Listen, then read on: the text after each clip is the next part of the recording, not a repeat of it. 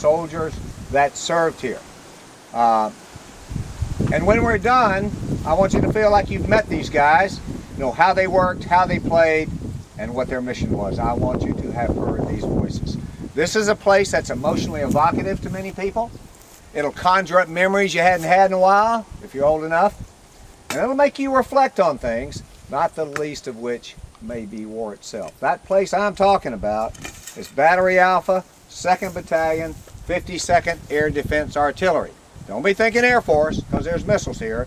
Be thinking those old anti-aircraft guns of World War II that the Army used, but the planes got to be too high and too fast, so they turned those bullets into missiles. This is a place that has meaning for most folks that come. It's different for everybody. For instance, the old Cuban gentleman who comes on this program who left Cuba in 1959 or 60 to get away from Castro gets a whole different flood of emotions here than would a former soldier who served here, or just a general veteran of the era like me, or a young person interested in military history. But meaning, I suspect, it will have in one way or another. So let's set the stage. In World War II, we were allies with the Soviet Union. You guys want some shade? You're worrying me out there. Got plenty of room. We were allies with the Soviet Union, even though we were very different politically, economically, and philosophically. At the end of the war, those differences became more important. And Joseph Stalin, then the leader of what was then the Soviet Union, gave a speech in which he said, before the triumph of communism, there's going to be more wars. Well, he was talking to us. We weren't too worried. We were the baddest cats on the block. We had nuclear weapons. Nobody else did. And we thought everybody was about 10 years away.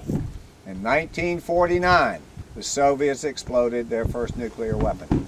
For that reason, and many others, of course, the arms race and the Cold War took off. And we were worried about being attacked by the Soviet Union, just like they were worried about being attacked by us.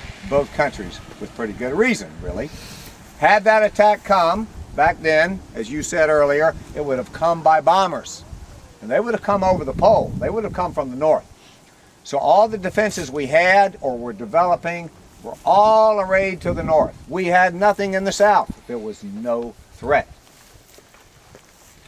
And those early anti-aircraft guns weren't going to be any good against these high, fast Soviet bombers. And there was a missile in development called the Nike Ajax. Flew at about 1,600 miles an hour, had a range of about 35 miles. And we started putting Nike Ajax batteries all over this country. 300 of them, maybe a few more, around major cities, industrial centers, and military bases. Now those early Ajax missiles weren't going to be that good either. And there was another missile in development called the Nike Hercules. Much more capable. 90-mile effective range, 2,700 miles an hour. To put that in perspective, that's 3/4 of a mile in a second. 45 miles in a minute, fully a third faster than the muzzle velocity of a high-powered rifle.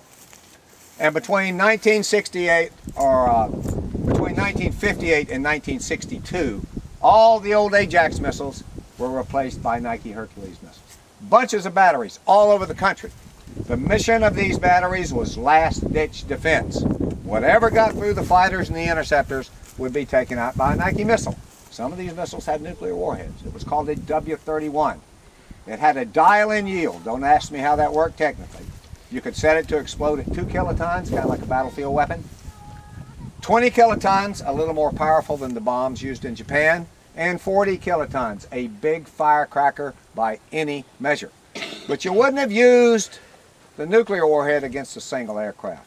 But as you mentioned earlier, a fleet of aircraft coming in that have so far escaped destruction, picture this, coming into Chicago. So you fire the W-31 warhead to take them all out at one time. Well, you just exploded a nuclear weapon over your own territory. What kind of sense does that make? Well, the sense it made to the planners of the day was that it was better than what was incoming. Instead of 3 1-megaton bursts over Chicago, you had 1 40-kiloton burst. Crazy world we lived in then, still is in many ways, as I'm sure everybody knows. By the late 60s, it was obvious that if we were attacked by the Soviet Union, it wasn't going to be so much by bombers as intercontinental ballistic missiles. And the Nike Hercules missiles were no good against that. So they started phasing these batteries out in 1968. And by 1974, they were all gone with the exception of Alaska and South Florida. That brings us to South Florida. Height of the Cold War, 1962. Some of you guys are going to remember this, and ladies. We were building fallout shelters in our backyards. We were having duck and cover drills in school, like that might have helped. The weathermen were giving the amount of measurable radiation in the atmosphere with a weather forecast because of all the atmospheric nuclear testing that was being done by the Soviet Union and the United States. They'd blow up one, we'd blow up two. They'd blow up three, we'd blow up four. That's how it was. The fear of nuclear war permeated this society. It wasn't a question of if, it was a question of when. Think of the literature of the day and the movies. Alas, Babylon, Failsafe, Red Alert, Dr. Strangelove, Neville Shoots on the Beach. Bob Dylan was inspired to write the song A Hard Rain's Gonna Fall in 1962. Against that backdrop, in October of that year, we discovered the Soviets were staging offensive nuclear weapons in Cuba.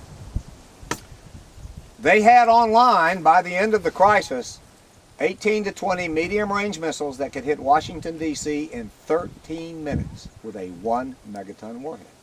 They had intermediate-range missiles that could hit almost anywhere in the lower 48 on the way. Those missiles never got there, but the warheads were already there. In fact, they had a lot more stuff in Cuba than we knew about at the time. More on that in a minute. President Kennedy and his advisors sat on that information for about a week trying to figure out what to do. And Kennedy had lots of advisors that wanted to bomb Cuba right away. I think of our very own General Curtis LeMay, World War II hero, architect of the Strategic Air Command, but his answer to anything like this was bomb it to the Stone Age. That's his language. I'm glad he wasn't president. He's the kind of guy you wanted on your side in a fight, but he wasn't the guy you wanted to decide and when to fight. I'm sure Khrushchev had his counterparts. Fidel Castro was beside himself that the Soviets wouldn't launch a preemptive nuclear strike against America from Cuba. Maybe he is the crazy man we've always claimed. That would have turned his country into a crater. What leader would want that? Now, Khrushchev was not a crazy man. He wanted to give us a taste of our own medicine. He woke up every morning and had American missiles on his back porch, all over Europe and in Turkey. He wanted us to wake up one morning and find Soviet missiles on our back porch in Cuba. Problem is, he got caught doing it. Anyhow, Kennedy was going to have to do something, and on October 22nd, he went on TV. That was the quickest way to get word out back then. We had satellites, but it took 12 to 16 hours to communicate with somebody in Moscow. We didn't have a red phone then. It was this incident that stimulated that red phone. He put in place a naval quarantine of Cuba. He used the word quarantine because it was a little softer than blockade, but it was a blockade, and a blockade is an act of war. A lot of Soviet vessels turned around at that point and went back. He made the statement that any nuclear attack launched from Cuba on any country in the Western Hemisphere would be considered an attack on America by the Soviet Union and would require a full retaliatory response. That's serious talk. And now the world was scared. We didn't know if we were going to wake up and see another sunrise. I remember it, I was 14. Sort of gave me the excuse to do the 14-year-old version of Let's Eat, Drink, and Be Merry for Tomorrow We Die, which was not much more than being loud and obnoxious and trying to impress the girls. But the looks I saw on the faces of the adults around me was a look I had never seen before. This was serious, and it was scary. There was some communication between Khrushchev and Kennedy. Some letters. Took a while. Western Union called the messenger, had him come on his bicycle and take the message down to Western Union. Neither man wanted war. They weren't crazy. Jack Kennedy fought in the South Pacific and he lost a brother. Khrushchev had seen World War II in his country where millions of people died and he lost a son. And now both men are looking for a way out of this, particularly Khrushchev, because he's the one who wound it up to begin with.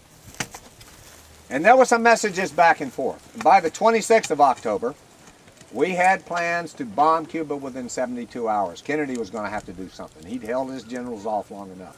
Followed by an invasion of almost 100,000 troops. That's almost Normandy size. But on the 26th, we got a letter from Khrushchev who said, well, if you promise not to invade Cuba, which we wanted to do anyway, we'd already tried a year and a half earlier without very good results, then the reason for my missiles being there will be gone, and I'll pull them out. Later on that same day, he made a public statement on TV, said, pull your missiles out of Turkey, and promise not to invade Cuba, and I'll pull my missiles out. Well, that was some light at the end of the tunnel, but Kennedy ignored that second message. On the 27th of October, it was called Black Saturday. Not the day of shopping after some major holiday. This was particularly black. Several things happened that could have started the shooting. Both of these men, Kennedy and Khrushchev, knew that these situations could spiral beyond their control. Khrushchev referred to that in one of his letters to Kennedy when he talked about the knot of war, and he said that knot can become so tight that not even the people who tied it can get it undone. It almost happened. Several things happened on that day. It's a good thing the shooting didn't start in earnest, because the Soviets had a lot more equipment in Cuba than we thought. Wouldn't have been what we thought. We thought they had 6,000 to 8,000 technical advisors. They had 40,000 combat troops. They had bombers with 12 kiloton warheads that would have targeted our ships. They had a small battlefield cruise missile with a 3 kiloton warhead that would kill any person within 3,000 feet. Those missiles would have met our soldiers on the beach. We discovered those missiles, which sent our own commanders clamoring for their own tactical nuclear weapons. This is really looking bad. They had a longer range cruise missile we didn't know about for 30 years with 14 kiloton warhead, 3 of which were locked and loaded on Guantanamo Naval Base. Had the shooting started in earnest, Guantanamo would have disappeared in 3 flashes of light in the early minutes, and we would have been real surprised. Anyhow, none of that happened, but it came close. Several things happened on Black Saturday. We had a U-2 aircraft doing atmospheric research over the North Pole. That pilot got lost on his way back, and he flew over the North Pole, or flew over the Soviet Union. The Soviets interpreted that as a reconnaissance flight prior to an attack.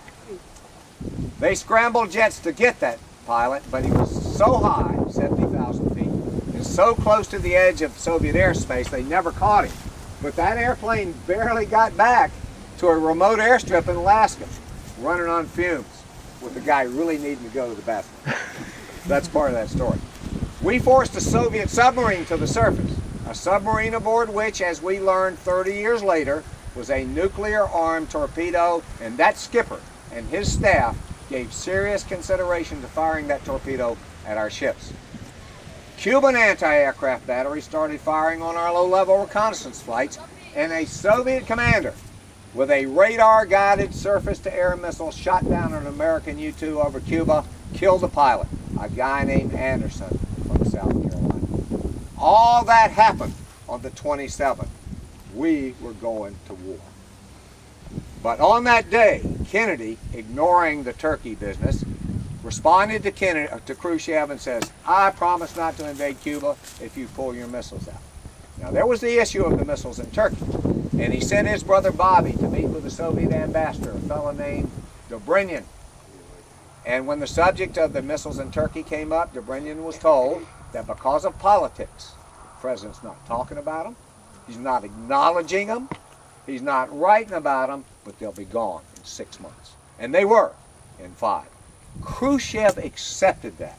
So now the immediate crisis is diffused. We're going to see another sunrise. T's weren't crossed and the I's weren't dotted for another 30 days. When I ask who won that confrontation, the answer is simple. The world won. When I think about who the 2 heroes were, the same guys that were in charge, Kennedy and Khrushchev. They stopped. Thank goodness we had the leaders we had at the time, or we might not be telling this story or any story at all today. But T's weren't crossed, I's weren't dotted for 30 days. During the missile crisis, tons of military equipment was ordered to South Florida. I remember it. Convoy after convoy after convoy. Those 100,000 troops were being staged in South Florida. They were coming in on trains, troop transports, military airplanes coming into civilian and military airports. Hawk missiles, a shorter range anti-aircraft missile, sprouted up and down US 1 like mushrooms, and they built machine gun emplacements on the bathing beach at Key West. Part of the equipment ordered to South Florida were 4 Nike missile batteries. Now, we've talked a little bit about the Nike system in this country. Philadelphia, Newark, San Francisco. There's a number of unique things about the South Florida batteries. First one I'm going to tell you is that these batteries are the only Nike batteries ever deployed under duress. Their CO's got a phone call, so to speak, in the middle of the night, said, tell your boys to pack their bags, get their affairs in order, because you're leaving in the morning and you're going to war. That's how they came here. That never happened to any other Nike bases.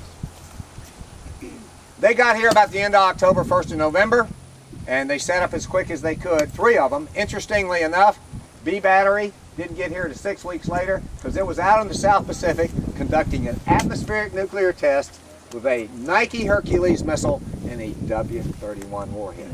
They got here 6 weeks later and set up in the fields outside the park right alongside A battery. Had you driven into this park between 1962 and 1965, you would have seen about a mile north of the road a tent city, radar towers, and 36 Nike Hercules missiles. These batteries weren't secret. Everybody knew they were here, including the enemy.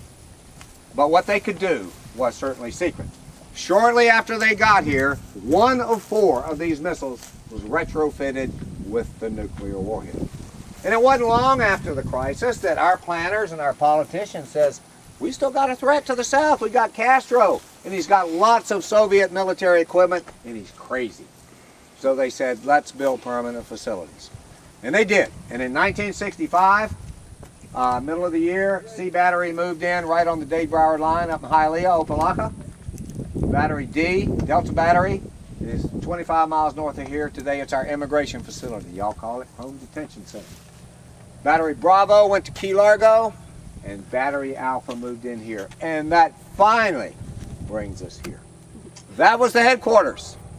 Today it's our research center. The guys that won't let us use their bathroom. But that's another story.